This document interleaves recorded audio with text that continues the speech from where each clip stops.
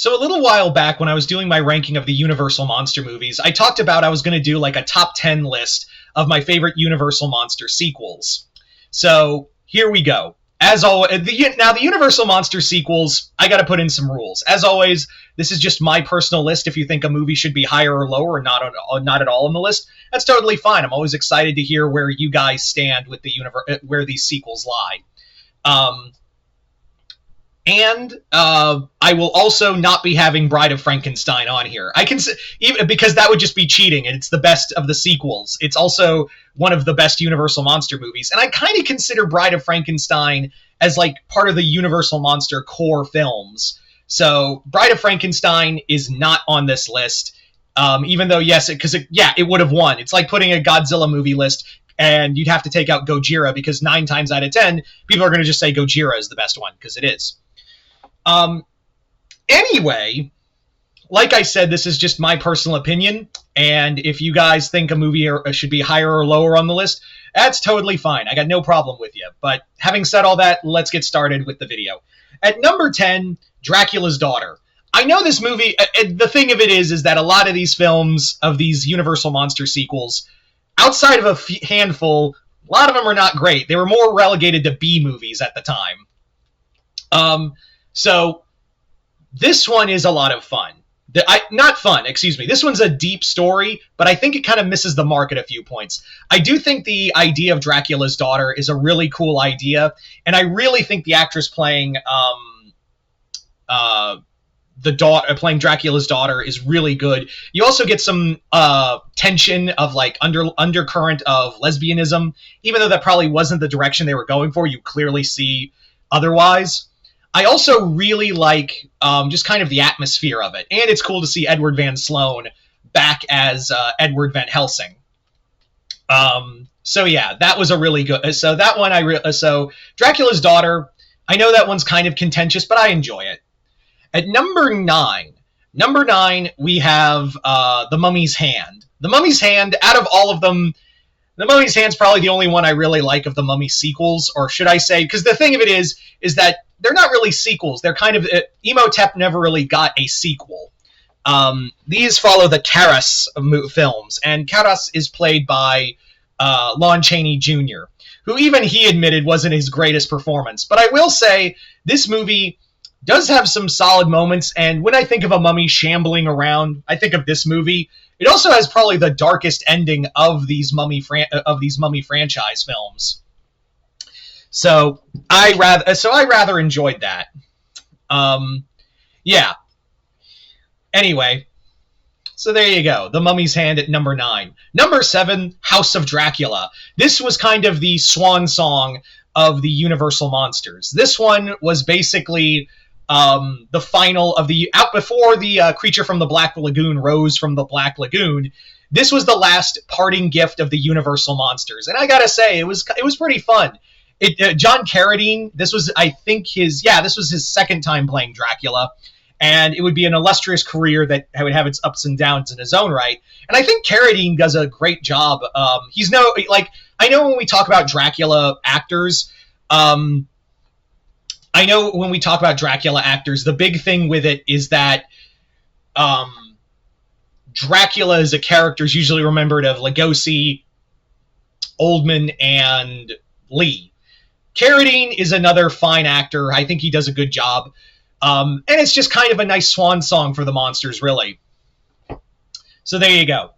At that was number 8. Number 7, Revenge of the Creature. I kind of enjoy this movie. Yes, it's just kind of feels like a mobile for SeaWorld. Yeah, it feels like a mobile for SeaWorld at some points. But if I'm being honest, I think it does a good job. Raquel Browning comes back as the creature. The film's pretty good. I like the monster rampage scenes. And if you didn't feel for the creature before, you definitely feel for him now. And that's what I really like about it, is that the film definitely has like this level of pity more for the monster than anything else. And also it's nice to see 50s hero hero of the B movie monsters, John Agar, show up. If you don't know who John Agar is an actor who was in like a lot of 50s B movies, especially in Universal Studios. Not just Revenge of the Creature, but like The Mole People, Tarantula. I always think back of Brandon Tenold's videos like, I'm John Agar, damn it, I should know these things. I don't know, whenever I hear John Agar, I think of that. So yeah.